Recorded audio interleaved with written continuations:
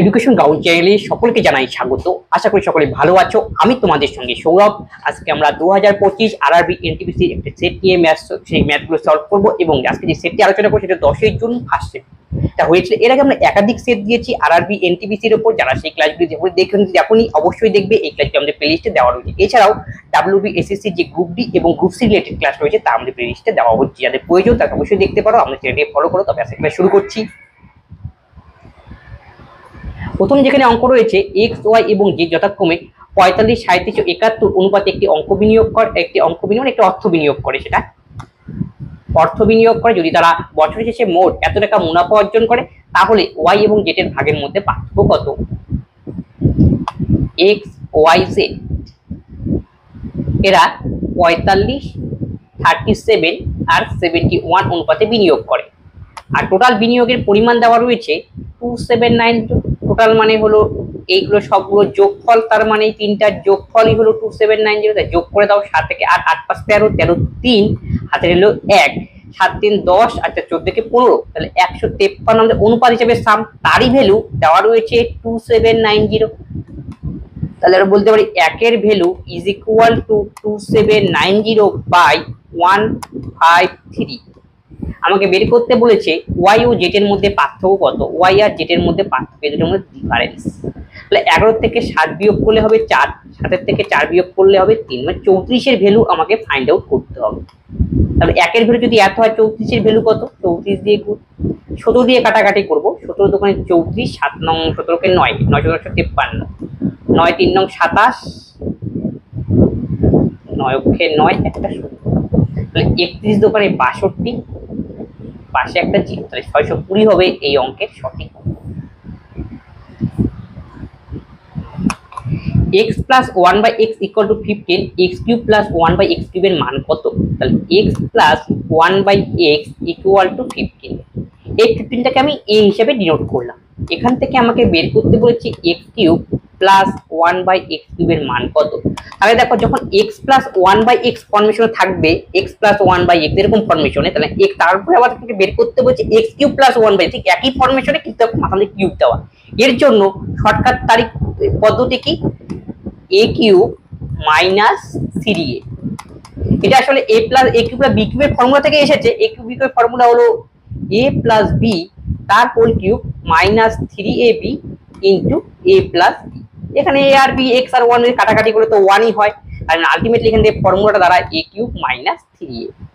তাহলে এর মান এখানে 15, তাহলে 15 আমাকে কিউব করতে হবে মাইনাস 3a, এর ভ্যালু তো 15ই। তাহলে 15 যদি কিউব করি আমরা ইউনিট ডিজিটে পাবো হলো 5 আর 3 15 45। কেন আমি ইউনিট ডিজিট লিখলাম? কারণ দেখো, প্রত্যেকটা অপশনের মধ্যে ইউনিট ডিজিট আলাদা আলাদা রয়েছে। তাহলে ওটাকে আমাদের গুণ করার দরকার আছে? কোনো দরকার নেই, খালি ইউনিট ডিজিটটা দেখবো। তাহলে 5 এর থেকে 5 বিয়োগ করলে ইউনিট ডিজিট আসবে হলো 0। তাহলে এর থেকে বোঝা যাচ্ছে আমাদের অ্যান্সার আসবে 3330, অপশন বি। 3 বছর আগে এবং 2 বছর আগে জনসংখ্যার মধ্যে পার্থক্য কত যদি বর্তমানে এত জনসংখ্যা প্রতি বছর এত % বৃদ্ধি পায়? আচ্ছা, আমি ধরলাম 3 বছর আগে জনসংখ্যা ছিল x জন, আর 2 বছর আগে জনসংখ্যা ছিল y জন। এখন আমরা জানি সমাহার যে বৃদ্ধি হারের ফর্মুলা রয়েছে সেটা হলো amount a equal to p into 1 plus r by 100 to the power n। বৃদ্ধি হলে এখানে প্লাস বসবে, হ্রাস হলে প্লাসের জায়গায় মাইনাস। এখন প্রথমে দেওয়া হচ্ছে 3 বছরের ক্ষেত্রে। তাহলে 3 বছরের ক্ষেত্রে কত? আমাদের প্রিন্সিপাল হলো x, এটা p into 1 plus r by 100, r এর মান এখানে 25। দেখো 1 প্লাস r বাই 100 হিসাব আমরা আগেই করে নিতে পারি, তাহলে ক্যালকুলেশন ছোট হয়ে আসবে। 25% মানে 1/4। তাহলে 1 কে যদি 1/4 দিয়ে যোগ করো তাহলে 5/4 আসবে। এই যে 5/4টাই হলো আসলে 1 প্লাস r বাই 100 এর ভ্যালু, মানে r এর মান তো এখানে আমরা 25 বসিয়ে দাও, ক্যালকুলেশন করে দেখবে এই ক্যালকুলেশনটাই হবে। তাহলে x p এর মান x আর 5/4, আর n এর মান প্রথম ক্ষেত্রে কত? x বছরের জন্য 3, এই যে 3 আমরা ধরলাম p হলো জনসংখ্যা। তারপরে আবার কি বলছে নেক্সট কেসে y জন, আর 25%ই, তাহলে এখানে 5/4ই হবে ভিতরে। আর 2 বছরের ক্ষেত্রে তাহলে এখানে 2, এই হলো। এখন বলছে তাদের জনসংখ্যার পার্থক্য কত। তার মানে এখানে ডিফারেন্সটা আমাকে নিতে হবে। ডিফারেন্স নিলে কিন্তু পি এর কিছু আছে, অনেক শূন্য হবে, শূন্য কিন্তু হবে না, এখানে কিছু আছে, দুটো পার্থক্যটা আসলে পিপি লিখেছি, এদের কিছু পার্থক্য রয়েছে। এর থেকে যদি আমি ক্যালকুলেশন করে এখান থেকে পি এর মান নিয়ে আসি, এই ক্যালকুলেশনটা আমি এখানে করছি, বুঝতে সুবিধা হবে। পি এর মানটা যদি আমরা এখানে জানি, তাহলে এখান থেকে যদি এক্স এর মানটা আমরা বের করি, এক্স এর মান তাহলে হবে পি 4 এর কিউব হবে 64 আর 5 এর কিউব 125। নেক্সট কন্ডিশন থেকে একই রকম ওয়াই এর মান আমরা বের করব, তাহলে 4 4 16 পি, নিচে হবে 5 5 25। নিচের হরটাকে সমান করে, যেহেতু মাইনাস আমাকে করতে হবে পার্থক্য, তাহলে 5 দিয়ে গুণ করো, 5 16 80 পি, 5 25 125।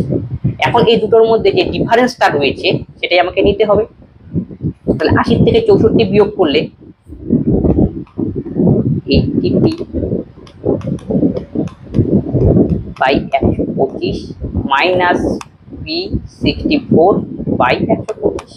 তার মানে দুটো ডিফারেন্স নাও, 125, 10 থেকে 4 বিয়োগ করলে 6, আর থেকে 7 বিয়োগ করলে, তাহলে 16 পি বাই 125। পি এর ভ্যালু দেওয়া রয়েছে এত, তাহলে পি এর জায়গায় এটা আমরা পুট করে দেবো, তাহলেই আমাদের অ্যান্সার। এই ক্যালকুলেশনটা আমি এইখানে করছি। তাহলে 16 গুণন পি এর মান 16, দেখো 16 ইন্টু আমি ভেঙে লিখলাম, একটা 1 4টা শূন্য, পি এর মান, আর নিচে হলো 125, 25 দিয়ে কাটাকাটি করো, 5 25 125, 25 দিয়ে কাটাকাটি করলে 4 25 100, এই যে ডবল জিরো গেল। আবার 5 দিয়ে যদি কাটাকাটি করি 80, 16 16 গুণ করলে 256, তাকে 80 দিয়ে আমরা গুণ করব, তাহলে আলটিমেটলি অ্যান্সার পাবো 6 8 48 8, 5 8 40, 8 44, আর দোকানে 16, 8 20, পাশে একটা শূন্য, 20480 হবে আমাদের এই অঙ্কের সঠিক উত্তর, অপশন বি।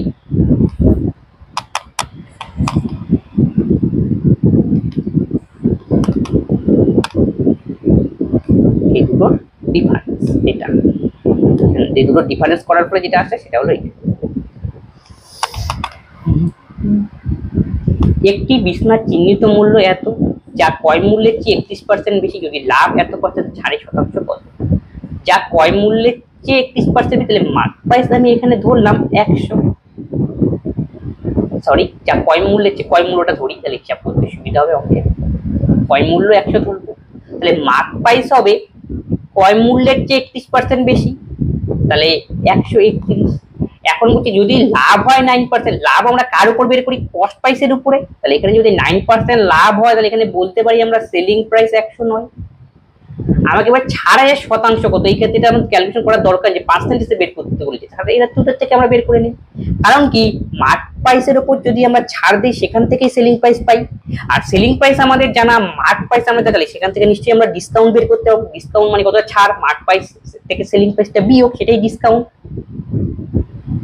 তাহলে 11 থেকে 9 বিয়োগ করলে 2, 3 থেকে 1 বিয়োগ করলে 2, 1 1 এটা আমাদের ডিসকাউন্ট। আর ডিসকাউন্টের পার্সেন্টেজ বের করতে, ডিসকাউন্টের পার্সেন্ট সবসময় আমরা মার্ক প্রাইসের উপর বের করি, মার্ক প্রাইস আমাদের 131 ইনটু 100। এবার তোমাকে এখানে কাটাকাটি করতে হবে, মার্ক প্রাইস। তাহলে দেখো 11 দিয়ে যদি তোমরা কাটাকাটি করো, 11 করে 100, এটাকে আমি 130 ধরে নিতে পারি, 3 2 5, এটা অ্যাপ্রক্সিমেট হিসাব করছি। তাহলে 220 বাই কত? 13 কে যদি আমরা দেই, তাহলে 13 কে 13, 5 থেকে 13 গেলে হবে 9 90, তাহলে 6 13 78, মানে 16 পয়েন্ট সামথিং দিয়ে আমাদের অ্যান্সার আসবে। তাহলে সঠিক উত্তর হবে 16.79, অপশন ডি। একটি খালি স্টোরেজ ট্যাঙ্কে 1 লিটার জল ঢেলে দেওয়ার পর 1% খালি থাকে, তাহলে স্টোরেজের ট্যাঙ্কটি পূর্ণ করার জন্য কত পেট্রোল ঢেলে দিতে হবে? তাহলে টোটাল যদি ক্যাপাসিটি 100 হয়, তার মধ্যে 1% কি বলছে? 51 লিটার জল ঢেলে নেওয়ার পরেও, জল ঢালা হলো 51 লিটার এখানে জল ঢালা, তারপরেও দেখলো 1% খালি রয়েছে। তাহলে জল ঢালা হয়েছিল কতটুকু? তার মানে 100 থেকে তার মানে 1 বিয়োগ 1% এখনো খালি রয়েছে।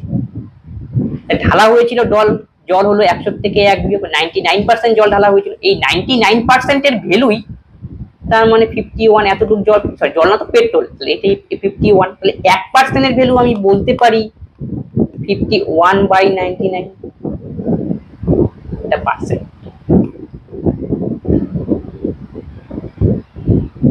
কি বলেছিল টোটাল 100, 1% খালি রয়েছে, তার মানে 100 টোটাল ইউনিট যদি থাকে ভর্তি মানে 100 ইউনিট, তার মধ্যে 1% খালি, তাহলে বাকিটা কি জল ভরা হয়েছে কি 100 থেকে আমি 1 বিয়োগ করলাম 99%, সেই যতটুকু জল না সরি পেট্রোল, যতটুকু পেট্রোল দেওয়া সেটা হলো 51, তাহলে 99% এর ভ্যালু হলো 51, তাহলে 1% এর ভ্যালু হলো 51/99।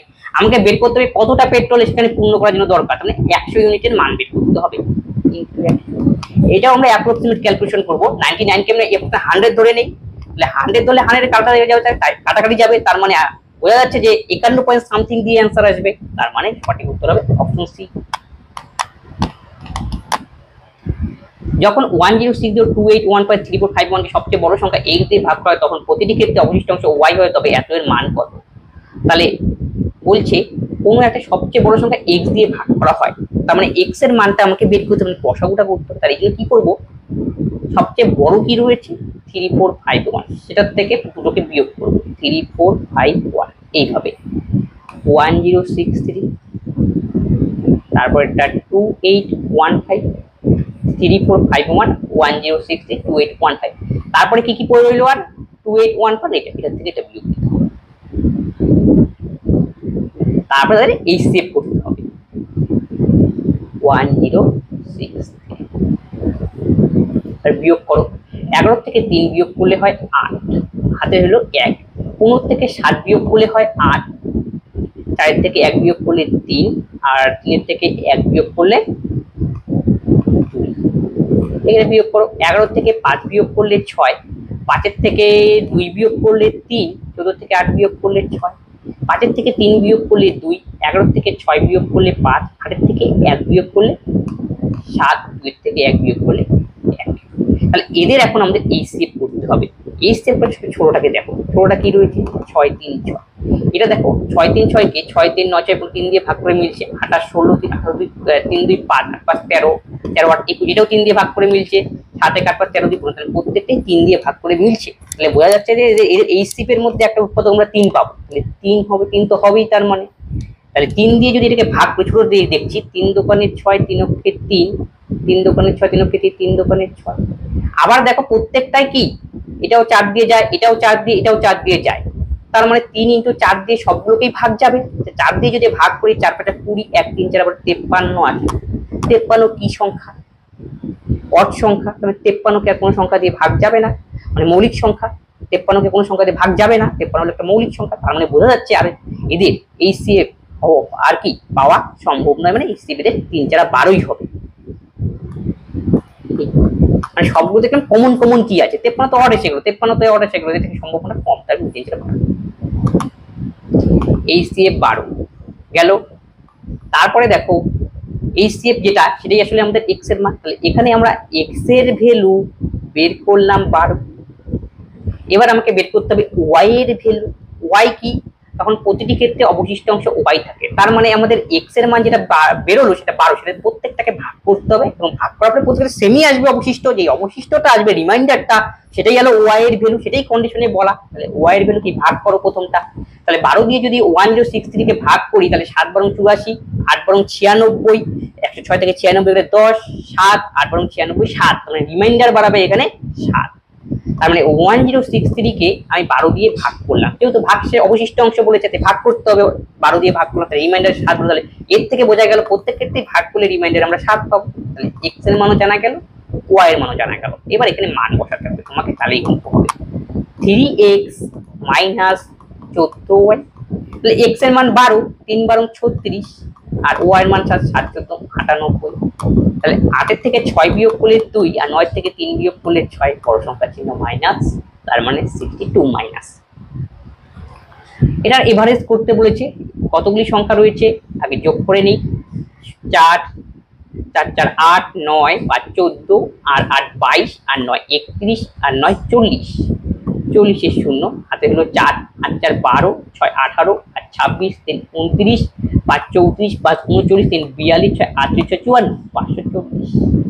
এখন টোটাল সাম আমরা বের করে নাম্বার দেখতে হবে কতগুলি রয়েছে, 1 2 3 4 5 6 7 8 9, 9 দিয়ে ভাগ দাও, তাই 6 9 1, 60 হবে এভারেজ।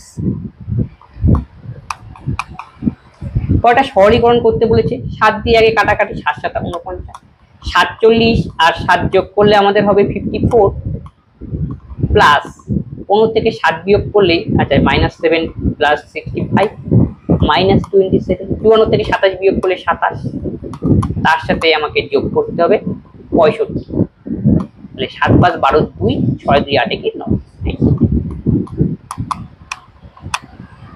পরেরটাও সিম্পলিফিকেশন, 139 মাইনাস 11 4 যোগ করো 15 15 225 প্লাস 52, তাহলে 132 এর সঙ্গে 139 সঙ্গে 52 যোগ করো, 9 2 11, 13 5 18 কে 19, 191 মাইনাস 25, তাহলে বড় সংখ্যা তো মাইনাস রয়েছে, তাহলে মাইনাস দিয়ে आंसर আসবে, থেকে 1 বিয়োগ করলে 4 আর 22 থেকে 19 বিয়োগ করলে 3, তাহলে -34। একটি ডেটা সেটের গড় এবং মোট দেওয়া রয়েছে এত, তাহলে অভিজ্ঞতামূলক সূত্র ব্যবহার করে মধ্যমা নির্ণয় করো। এর একটা ফর্মুলা রয়েছে, স্ট্যাটিস্টিক্সটা ইউজ করবে। এটা হলো মোট ইকুয়াল টু 3 মিডিয়ান মাইনাস 2 মিন। আমাদের দরকার কি মধ্যমা বের করা, মানে মিডিয়ান মানে মধ্যমা, এটার মান বের করতে হলে মিডিয়ান ইজ ইকুয়াল টু আমি লিখতে পারি মোট প্লাস 2 মিন, এটা বেশি সময় সঙ্গে চলে গেল আর নিচে 3 বই, এটা হলো মিডিয়ানের মান। এবার মানগুলো বসিয়ে দাও, ক্যালকুলেশন করো। মোডের মান দেওয়া রয়েছে 40.1 আর মিনের মান মানে গড়ের মান দেওয়া হচ্ছে 33.9, মিন মানে গড়, আর তাকে 2 দিয়ে গুণ করতে হবে, 9 দোকানে 18 8, 33 দোকানে 66 একে 67.8, নিচে 3, এবার যোগ করো 8 একে 9, 7 7 6 4 10, তাহলে একবার পর পিছন থেকে তাকে 3 দিয়ে ভাগ, 3 দিয়ে ভাগ করলে 3 3 9, 10 থেকে 9 গেলে 1 17, 3 5 15, 2 29, 3 8 24, 3 9 27, 9 দিয়ে হবে 35.9, 35.9 সি। দুটি পাইপ একটি ট্যাঙ্কে যথাক্রমে 35 মিনিট এবং 15 মিনিটে পূর্ণ করতে পারে। ট্যাঙ্কের নিচে একটি ছিদ্র থাকে খালি করে, যদি 3টি পাইপ একসাথে খোলা হয় তাহলে ট্যাঙ্কটি ওভারঅল পূর্ণ করতে 6 মিনিট সময় নেয়। যদি অন্য কোনো পাইপ খোলা না তবে নিচের পাইপটি সম্পূর্ণভাবে ভরাটি খালি করতে কত সময় নেবে। তার মানে দুটি পাইপ ছিল পূর্ণ করে, একটা 35 আরেকটা 15 মিনিটে, আরেকটা পাইপ খালি করে, সেটা দেওয়া নেই, সেটার মানে বের করতে হচ্ছে ওভারঅল যে টাইম লাগে সেটা হলো 6। তাহলে এখান থেকে আমি টোটাল ইউনিট কাজটা বের করার জন্য এদের এলসিএম আমি নিব, তাহলে 35 + 15 এদের 210, তাহলে এটা হলো টাইম আর টোটাল ইউনিট কাজ আমার দরকার এফিসিয়েন্সি। তাই টোটাল ইউনিট কাজকে আমাকে টাইম দিয়ে ভাগ করতে হবে, তাই 210 কে 35 দিয়ে ভাগলে প্রথমটা নলের এফিসিয়েন্সি আমরা বের হবে, তাহলে 35 দিয়ে ভাগলে 5 6 30, 3 6 18 কে 21, তাহলে 6 হবে প্রথমটার এফিসিয়েন্সি। পরেরটার 15 কে 15, মানে 6 4 15 7, আর শেষেরটা 6 দিয়ে 3 6 18, 21 থেকে 18 গেলে 3 5 6 30। তাহলে আমাদের এই যে ফাঁকা নল রয়েছে যেটা মাইনাস বের করে দেয় জল, সেটা কত টাইম নেয় খালি করতে সেটা তো আমাকে বের করতে বলছে। এখন এর জন্য এই যে খালি করে যেটা সেটার এফিসিয়েন্সি আমাদের জানা দরকার, সেটার এফিসিয়েন্সি আমাকে বের করতে হবে। সেটা বের করব কিভাবে, তাহলে দেখো টোটাল টাইম টোটাল এফিসিয়েন্সি আমরা জানি 35, এটা টোটাল এফিসিয়েন্সি, তার থেকে যে দুটো পূর্ণ করার এফিসিয়েন্সিটা যোগ করে বিয়োগ করে দেবো, 14 6 20, আর টোটাল কত এখানে 35, তাহলে 35 এর থেকে আমরা তাহলে 20 যদি আমরা বিয়োগ করে দেই তাহলে পাবো 15। এই 15টা কার এফিসিয়েন্সি, এই 15 এফিসিয়েন্সিটা হলো যেটা খালি করে তার, এর এফিসিয়েন্সি হলো 15। এখন এটা টাইম আমাকে বের করতে হবে, মানে 210 কে আবার 15 দিয়ে ভাগ আমাকে করতে হবে, তার মানে 210 ডিভাইডেড বাই 15, 15 কে 15 এক মানে 6 4 15 14 দিয়ে মানে 14 এই হলো অঙ্ক।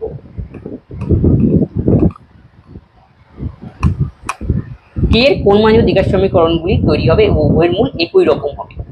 এই জন্য ফর্মুলা হলো প্রত্যেকটা সহগ নিতে হবে। x স্কয়ারের সহগ কত 2 প্রথম ইকুয়েশনে, দ্বিতীয় ইকুয়েশনে x স্কয়ারের সহগ কত 4 সেটাকে নাও, ইজ ইকুয়াল টু প্রথম ইকুয়েশনে x এর সহগ যেটা সেটা নেবে, দ্বিতীয় ইকুয়েশনে x এর সহগ যেটা নেবে সেটা নাও, k + 1 এবার প্রথম ইকুয়েশনে আবার কনস্ট্যান্ট টার্ম 3, দ্বিতীয় ইকুয়েশনে কনস্ট্যান্ট টার্ম 6। এখান থেকে কে এর মান বের করতে হবে, যে কোনো দুটো নিতে পারি, এই দুটো নিয়ে কাজ করছি। 2/4 কাটাকাটি করলে 1/2, 5 কে প্লাস 1। তাহলে কে ইকুয়াল টু 5 দোকানে 10 বিয়োগ 1, তার মানে 9, কে এর মান 9। একটি নিয়মিত ষড়ভুজের ক্ষেত্রফল বা সুষম ষড়ভুজের ক্ষেত্রফল নির্ণয় করে যার বাহু দৈর্ঘ্যের পরিমাপ 16 রুট। সুষম ষড়ভুজের ক্ষেত্রফল বের করার ফর্মুলা হলো ষড়ভুজ মানে 6 দেবে আর ত্রিভুজের ক্ষেত্রফল দিয়ে গুণ করো, 3/4 ইনটু বাহু স্কয়ার।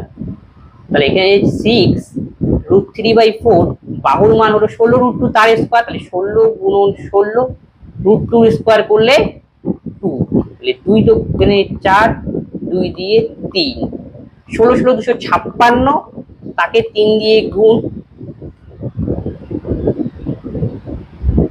56 ইন্টু 3 ইন্টু √3, 3 6 18, 3 5 75 একে 76, 768 √3 হবে সঠিক উত্তর, অপশন ডি। 32 কিলোমিটার বেগে চলমান একটি ট্রেন এ বিপরীত দিকে 28 চলমান একটি ট্রেন বি কে সম্পূর্ণ অতিক্রম করে তার 33 সেকেন্ড সময় নেয়। আবার ট্রেন বি এর দৈর্ঘ্য ট্রেন এ এর দৈর্ঘ্যের দ্বিগুণ এর গুণ, তবে বি 54 সেকেন্ডে এর সেতু অতিক্রম করতে পারে, তবে সেতুটির দৈর্ঘ্য কত? তার মানে দুটো কেস দেওয়া রয়েছে। একটা ট্রেনের গতিবেগ দেওয়া রয়েছে, এ ট্রেন যার গতিবেগ 32 কিলোমিটার পার আওয়ার, আর B train 28 kilometre per hour. যখন দুটি ট্রেন একই দিকে যাবে তখন আমরা রিলেটিভ ভেলোসিটি, বিপরীত দিকে রিলেটিভ ভেলোসিটির কেস আসবে, তার মানে একই দিকে গেলে রিলেটিভ ভেলোসিটি বের করতে গেলে বিয়োগ করতে হয়, বিপরীত দিকে গেলে রিলেটিভ ভেলোসিটি বের করতে গেলে যোগ করতে হয়, বিপরীত মানে যোগ। তাই রিলেটিভ ভেলোসিটি এখানে কাজে লাগবে আমাদের। তাহলে বলছে একটি ট্রেন 28 কিলোমিটার বেগে চলমান বি কে সম্পূর্ণ অতিক্রম করে, এটা 1 নম্বর কেস। তারপরে দুটো ট্রেনের দৈর্ঘ্যের সঙ্গে একটা রিলেশন দেওয়া রয়েছে। দৈর্ঘ্যের রিলেশন কি? বি এর লেন্থ, বি ট্রেনের দৈর্ঘ্য এ ট্রেনের লেন্থের 1.5 গুণ, মানে 3/2। আমি এখান থেকে বলতে পারি বি ট্রেনের লেন্থ বাই এ ট্রেনের লেন্থ ইজ ইকুয়াল টু 3/2। একে যদি উঠিয়ে দাও অনুপাতে 3x/2x আমি বলতে পারি। এখন বলা হয়েছে একটি ট্রেন আরেকটি ট্রেনকে অতিক্রম করবে, তাহলে একটা ট্রেন যখন আরেকটি ট্রেনকে অতিক্রম তখন ডিসটেন্সটা কি হবে? দুটো ট্রেনের যোগফল, তাহলে যোগফল আমরা নিয়ে নিই, 3 2 কত 5x। অতিক্রম করতে কত সময় নেয় সেটা দেওয়া রয়েছে 33 সেকেন্ড। আর আমাদের কি এখানে টাইম বের করতে হবে। টাইম বের করার জন্য দরকার কি? রিলেটিভ ভেলোসিটি বের করা। ট্রেন দুটো কোন দিকে যাচ্ছে? বিপরীত দিকে, তাই রিলেটিভ ভেলোসিটি বের করতে গেলে আমাদের যোগ করতে হবে। রিলেটিভ ভেলোসিটি হবে 8 2 10, 3 2 5 একে 6, 60 কিলোমিটার পার আওয়ার হলো রিলেটিভ ভেলোসিটির মান। তাহলে রিলেটিভ ভেলোসিটি ভাগ করব, ওখানে আমরা রিলেটিভ ভেলোসিটি হবে 60, কিন্তু আমাদের মিটার পার সেকেন্ডে আনবো, এই জন্য 5/18 দিয়ে গুণ করে দিলাম। এটা একটা ইকুয়েশন পেয়ে গেলাম। এটা তাহলে কি হলো? ডিসটেন্স, এখানে টাইমটা রইলো, আলটিমেটলি ডিসটেন্স বাই গতিবেগ রইলো, তাই টাইম বের হলো। এখান থেকে এক্স এর মানটা বের করলেই আমাদের অঙ্ক অনেকটা ঠিক হয়ে যাবে। তাহলে প্রথমে দেওয়া রয়েছে 5x, তাহলে আমি কি করতে পারি? 18টাকে উপরে তুলে দিলাম আর নিচে রাখলাম 60 ইন্টু 5। এই 5 5 কাটাকাটি, এই পাশে আমাদের 33, 3 দিয়ে কাটাকাটি, 3 6 18, 3 11 33, 6 দিয়ে কাটাকাটি 10। তাহলে এক্স এর মান এখান থেকে বের করলাম 110। তাহলে এখান থেকে বলতে পারি প্রথম ট্রেনের লেন্থ ছিল কত? তাহলে এক্স এর মান তাহলে 110 মানে 330। দ্বিতীয়টার লেন্থ কত হবে? 11 দোকানে 22, 220, মানে এ ট্রেনের লেন্থ 220। এখন বলছে আবার নেক্সট কেস, এবার বি ট্রেনের ক্ষেত্রে বি ট্রেন এবার একটা 20 কে অতিক্রম করছে। তাহলে বি ট্রেন একটা 20 কে অতিক্রম করছে। তাহলে ট্রেন যখন এবার 20 কে অতিক্রম করে তখন আমরা কি নেব? ট্রেনের লেন্থ প্লাস বি এর লেন্থ। কোন ট্রেন? B train. তাহলে বি ট্রেনের লেন্থটা আমাকে নিয়ে কাজ করতে হবে। বি ট্রেন যেহেতু 20 কে অতিক্রম করে, তাহলে বি ট্রেনের দৈর্ঘ্য হলো 330, কিন্তু বীজের দৈর্ঘ্য তো আমরা জানি না, তাহলে ওয়াই ধরলাম, সেটার মানই বের করতে হবে। তাহলে এর উপরে কি নিলাম? ডিসটেন্স, তাহলে কত সেকেন্ডে অতিক্রম করে? 54 সেকেন্ডে, 54 সেকেন্ড। তাহলে নিচে কাকে দিতে হবে? গতিবেগ। তাহলে কোন ট্রেন নিয়ে কাজ করছি? B train. তাহলে বি ট্রেনের গতিবেগ আমরা নিচে নেব, বি ট্রেনের লেন্থ আর বি ট্রেনের গতিবেগ দেওয়াই রয়েছে। বি ট্রেনের গতিবেগ কত? এ ট্রেন 32 আর B train 28 kilometre per hour. তাহলে 28 ইন্টু 5/18। এখন একে ক্যালকুলেশন করে ওয়াই এর মান বের করলেই অ্যান্সার। তাহলে 330 plus Y.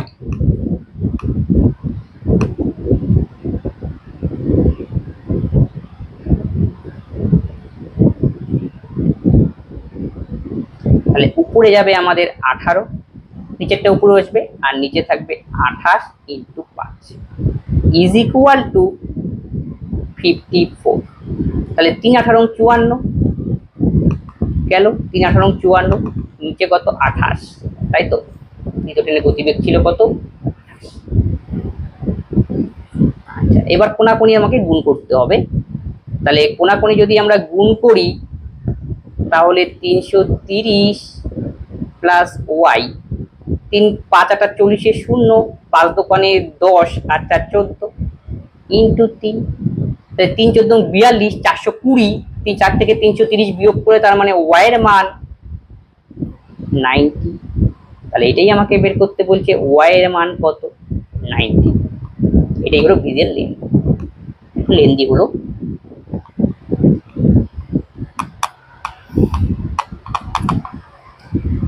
12 to the power 0.36 equal to x, 12 to এত x, তবে এত এর মান কত, ডাইরেক্ট তুমি মান পুট করো। x এর মান দেওয়া রয়েছে 12 এর মাথার মধ্যে 0.3, 12 তো থাকবেই, তাহলে z এর সঙ্গে আমাদের গুণ হবে 0.36 গেল। আর y এর মান দেওয়া রয়েছে 12 এর মাথার মধ্যে 0.64, তাহলে 12 এর মাথায় যে তাকে আবার কি y টু দি পাওয়ার 4, তাহলে এখানে মানটা বসালাম প্রথমে, তাহলে y4, তাহলে ইনটু 4 দিয়ে গুণ করতে হবে। তাহলে এখান থেকে দেখো নিচের বেস তো আউট, তাহলে বলতে পারি z equal to 0.64 into 4 by 0.36। এই যে দশমিক উঠিয়ে দাও, 4 নং 36, 9 দিয়ে তুমি কাটাকাটি করো, 6 নং 54, 6 নং 54, 7 নং 63, 7 দিয়ে অ্যান্সার হবে 7 নং 63, 1 10 9 7.1, z equal two 7.1 something. Option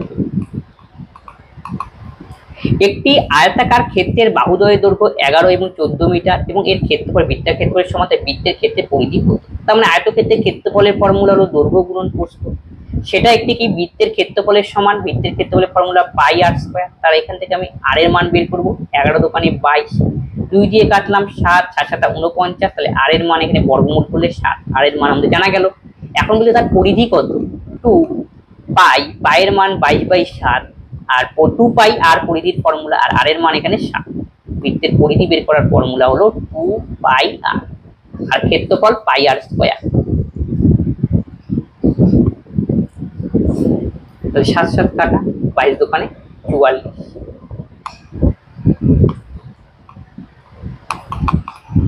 ভূমির একটি বিন্দু থেকে পাহাড় চূড়া উন্নতি কোণ 60 ডিগ্রি, যদি পাহাড়টি এত মিটার উঁচুতে হয় তাহলে প্রদত্ত পাহাড় থেকে পাহাড়ের বিন্দু থেকে পাহাড়ের চূড়া পর্যন্ত দূরত্ব কত। এটা হলো পাহাড় আমাদের, যার হাইট এবি, পাহাড় এবি, এবির হাইট হলো 171, পাহাড়টি এত মিটার উঁচুতে এবং যেখানে উন্নতি কোণ 60 ডিগ্রি। আমাকে এখানে বের করতে বলছে প্রদত্ত বিন্দু থেকে পাহাড়ের চূড়া পর্যন্ত, মানে এই বিন্দু থেকে পাহাড়ের চূড়া পর্যন্ত দূরত্ব কত, মানে এসির মান আমাকে বের করতে বলছে, অতিভুজের মান। তারপরে এই টাইপের আমরা ত্রিকোণমিতি নিরীক্ষণ দিয়ে করব, কি কি জানি, লম্ব আমাদের বের করতে হবে, অতিভুজ, লম্ব আর অতিভুজের সঙ্গে রিলেশন কার, সাইনের। কোণ কি নিতে হবে, এখানে যেই কোণটা থাকবে তাহলে sine 60 degree is equal to লম্ব বাই অতিভুজ, আমরা জানি সাইন মানে লম্ব বাই অতিভুজ, এবি বাই এসি। আর সাইন 60 ডিগ্রির মান হলো √3/2 আর এবির মান 171, আর আমাকে এখান থেকে বের করতে হবে এসির মান, তাহলে AC equal to 171 into 2 divided by √3। তাহলে উপর নিচে √3 দিয়ে গুণ করতে হবে, তাহলে এখানে আমি বলবো এসির মান ইজ ইকুয়াল টু √3, উপর নিচে গুণ করো, তাহলে গুণ করলে নিচে 3 আসবে, 171 ইন্টু 2 ইন্টু √3 আর নিচে হলো 3, তাহলে 3 5 15, 2 3 7 21, 57 কে 2 দিয়ে গুণ করতে হবে, 7 দোকানে 14, 12 11, 114 √3, এটাই হলো এসির মান।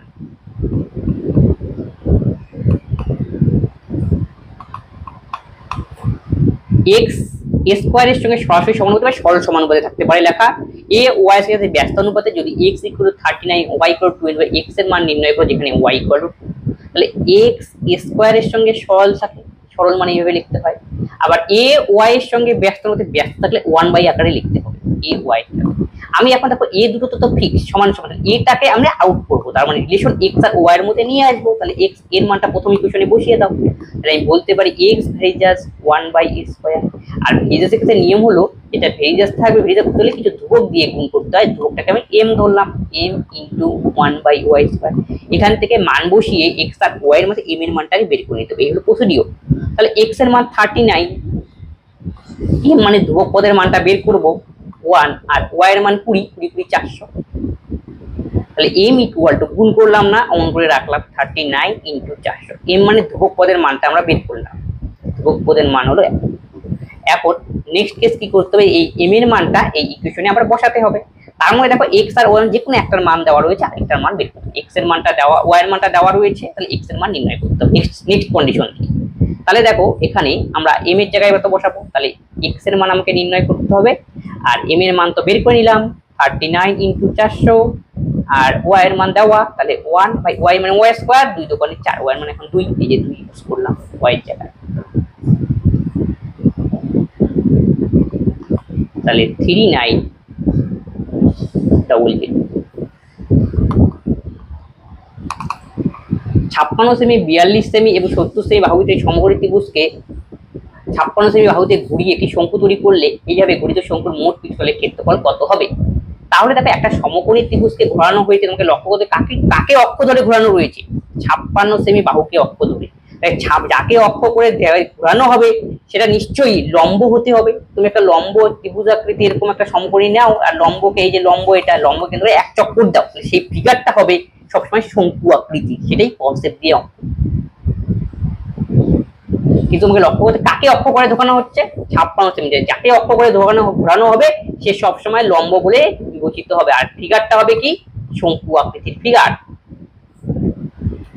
56 সেমি, এটা লম্ব, তাহলে ভূমি 42, তাহলে অতিভুজের মান হবে 70। তাহলে একে ঘোরানোর ফলেই আমরা পাবো এরকম একটা শঙ্কু তৈরি হবে। এই শঙ্কুর হাইট কত দেখো দেখি, তাহলে কাকে অক্ষ করে ঘোরানো, 56 কে, হাইট হবে তার মানে 56। এই তাহলে দেখো এখন কি বের করতে বলছে, আর 42 তাহলে কি হবে, 42 হবে ব্যাসার্ধের মান, ভূমিতলের যে ব্যাসার্ধ রয়েছে তার মান হলো 42। এই যে ভূমিতলের ব্যাসার্ধ ও এ আর বি, ও এর মান হলো 42 গেল। এবার আমি কি বের করতে, এই শঙ্কুর মোট পৃষ্ঠতলের ক্ষেত্রফল কত। শঙ্কুর পৃষ্ঠতলের ক্ষেত্রফল বের করার ফর্মুলা হলো মোট পৃষ্ঠতল বলতে বক্রতলটা নিতে হবে, এটা হলো পাই আর এর প্লাস টোটালটার ক্ষেত্রফল, এটা বক্রতলের, আর তাহলে ভূমিটা নিতে হবে, ভূমিটা বৃত্তের মতো, তাহলে পাই আর এল প্লাস পাই আর স্কয়ার, এটাই সমতলের ক্ষেত্রফল। এখান থেকে তোমরা অনেক সময় এইভাবে মনে রাখো, পাই আর ইকুয়াল টু আর প্লাস, এটাও মনে রাখলে হবে। এখন মান বসাও, পায়ের মান 22/7, পায়ের মান 22/7 বসানোরই দরকার নেই, পাই দিয়েই অ্যান্সার, তাহলে পায়ের মান বসাবো না, পাই রাখবো। শুনুন আর এর মান কত দেখো, প্রথমে 42 ইন্টু আর প্লাস এল, এল মানে এখানে অতিভুজটা হবে 70, তাহলে দেখো 70 প্লাস 42, 2 2 7 4 11, তার মানে 112। আর এর জায়গায় বসালাম 42 আর এর জায়গায় 70। এবার আমাকে গুনবো, 2 দোকানে 4, 4 দিয়ে অপশন আসবে, 4 দিয়ে একটাই অপশন রয়েছে অপশন বি, জানি কি গুণ করলে আমরা পাবো 4704। ইউনিট ডিজিট দেখলাম, খালি পুরোটা ক্যালকুলেশন করার দরকারই নেই। একজন ব্যক্তি তার আয়ের 50% সঞ্চয় করে, যদি তার ব্যয় 320 টাকা, তার আয় কত, তার আয় আমি 100 ধরলাম, তাহলে আয় যদি 100 ধরে সেভিং তার 50, তাহলে বাকিটা নিশ্চয়ই তার এক্সপেন্ডিচার, তার মানে 50 তার এক্সপেন্ডিচার। এই 50 এর ভ্যালুই তার মানে তার এক্সপেন্ডিচার 320, তাহলে একের ভ্যালু আমরা বের করব এখান থেকে 32/5। আমাকে বের করতে বলছে তার আয় কত, মানে 100 এর ভ্যালু, 5 × 100, 32 × 64, এগুলো মুখে করতে পারবে, অসুবিধা নেই। বি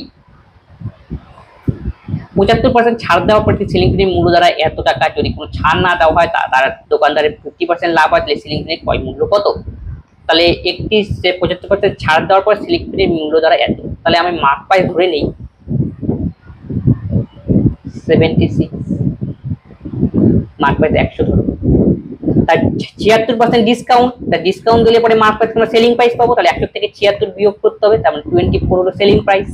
এই যে সেলিং প্রাইস দেওয়ার ওই যে 24, তার ভ্যালু তো দাম, ডিসকাউন্ট দেওয়ার পরে দাম, তাহলে সেলিং প্রাইসটাই হলো এত 3330।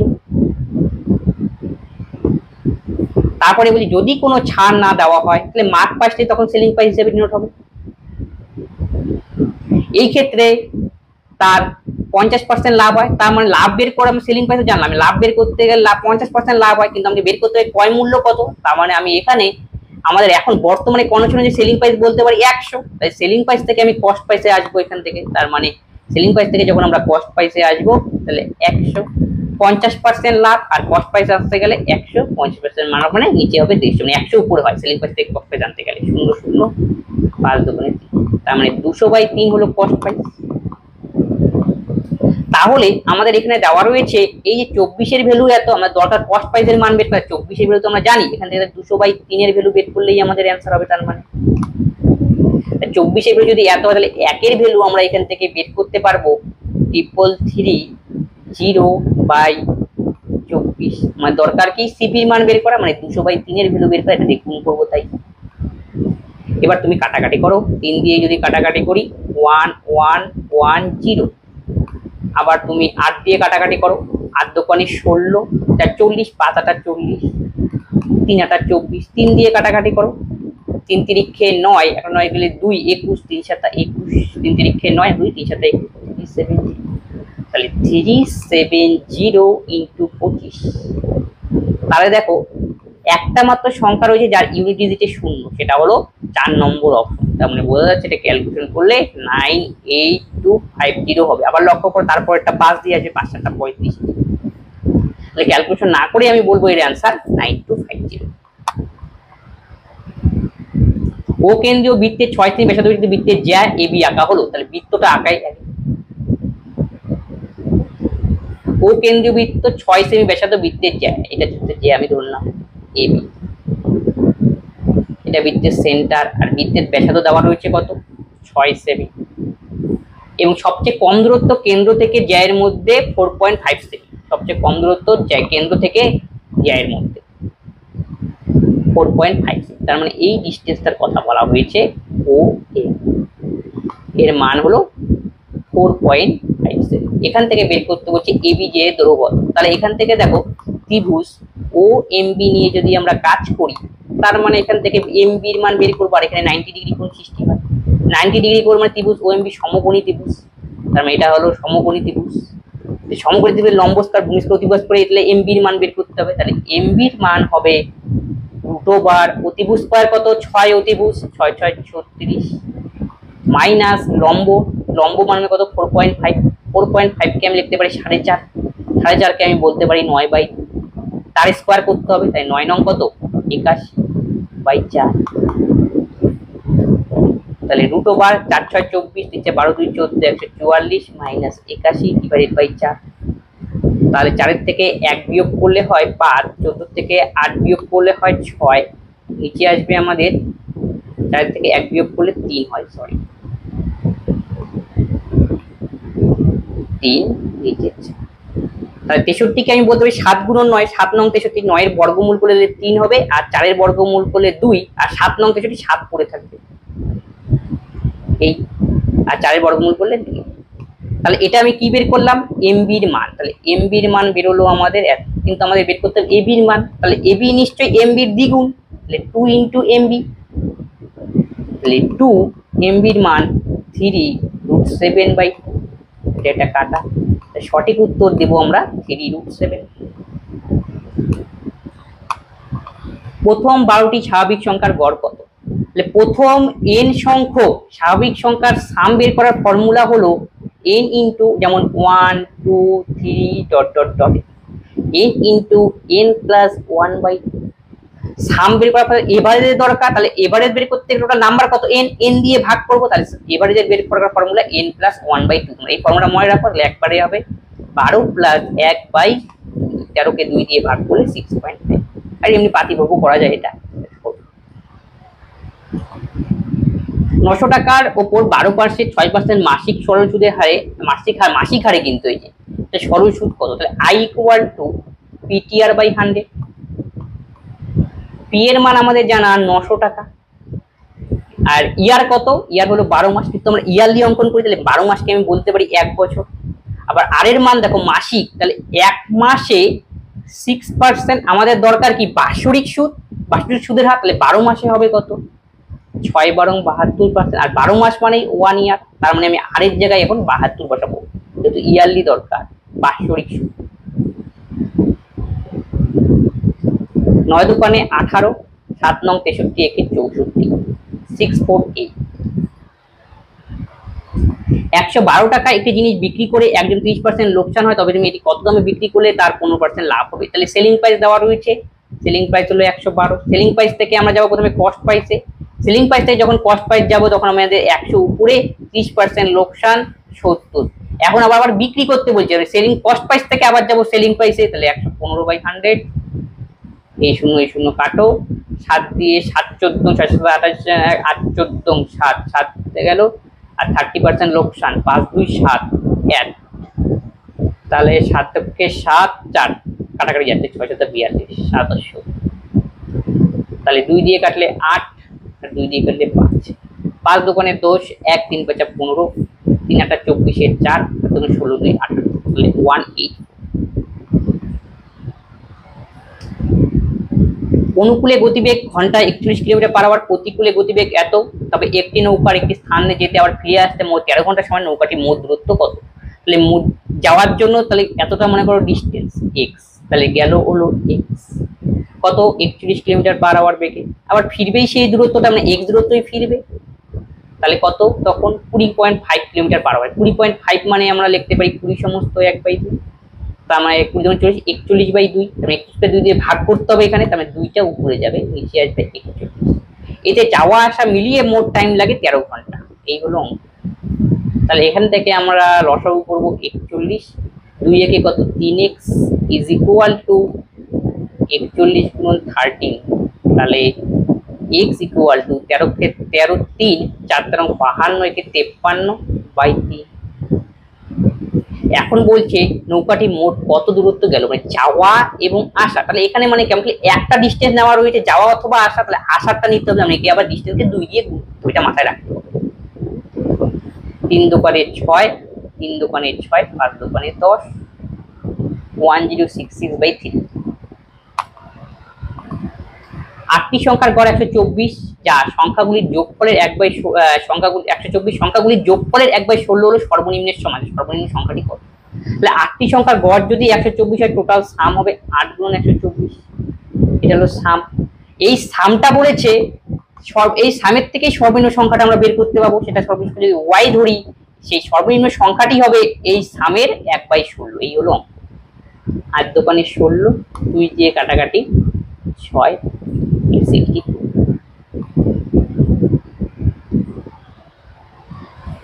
সি হলো 57, বি তৃতীয় সমানুপাতিক। সি হলো 57 এবং বি এর তৃতীয় সমানুপাতিক। বি প্রথম তিনটি জোড় সাবি সংখ্যার যোগফল, সি এর মান কত?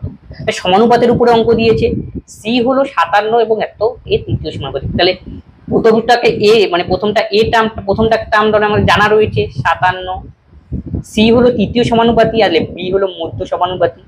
বি হলো মধ্য আর সি হলো তৃতীয়, এই তো কন্ডিশন। আর প্রথমটা আমাদের দেওয়াই।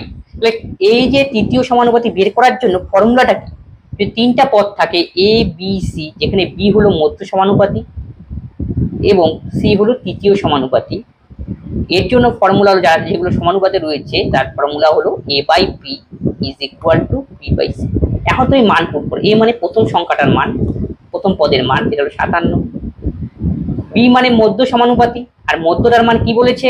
বি হলো প্রথম তিনটি জোড় স্বাভাবিক সংখ্যার যোগফল। তাহলে প্রথম তিনটি জোড় স্বাভাবিক সংখ্যা হলো আমাদের 2 4 6, তাহলে বি এর মানে আমি বলতে পারি 12, তাহলে বির জায়গায় আমি বসাবো 12, তাহলে এখানে বির জায়গায় আমাদের বসবে 12। তাহলে সি মানে তৃতীয় সমানুপাতিক, তার মানটাই নির্ণয় করতে বলেছে। 3 4 12, 3 19 57, তাহলে 4 12 আর তো যাচ্ছে না কাটাকাটি, 3 1957, তাহলে C equal to 4 12 48 divided by 19, তাহলে 19 দোকানে 38, 2 পয়েন্ট সামথিং দিয়ে অ্যান্সার একটাই, সেটা 2.5।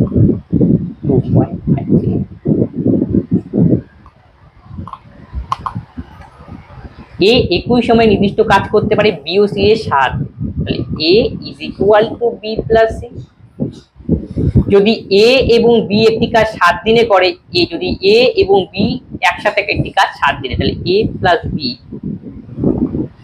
একটি কাজ 7 দিনে করে, সি একা ওই কাজ করে হলো 9 দিনে। তাহলে এখান থেকে আমি বলতে পারি বি কতদিনে কাজটা করবে, বি টাইম আমাকে বের করতে বলছে। তাহলে এখানে যে লসাগু করি 63,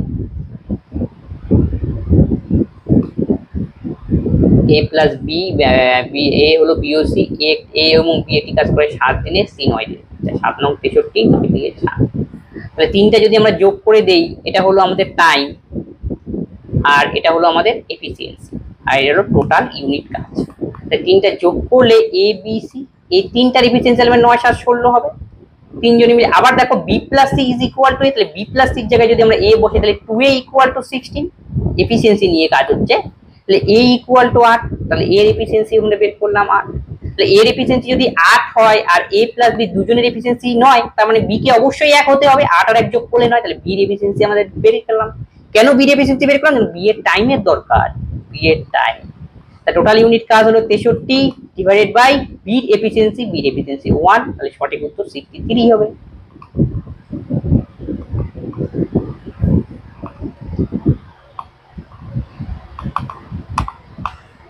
তাহলে আজকে ক্লাসে এই 29 খানা কোশ্চেন ছিল, যেগুলো প্রিভিয়াস ইয়ারে আসা, সেগুলো সলভ করলাম।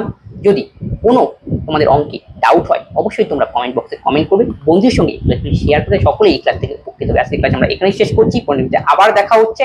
ধন্যবাদ।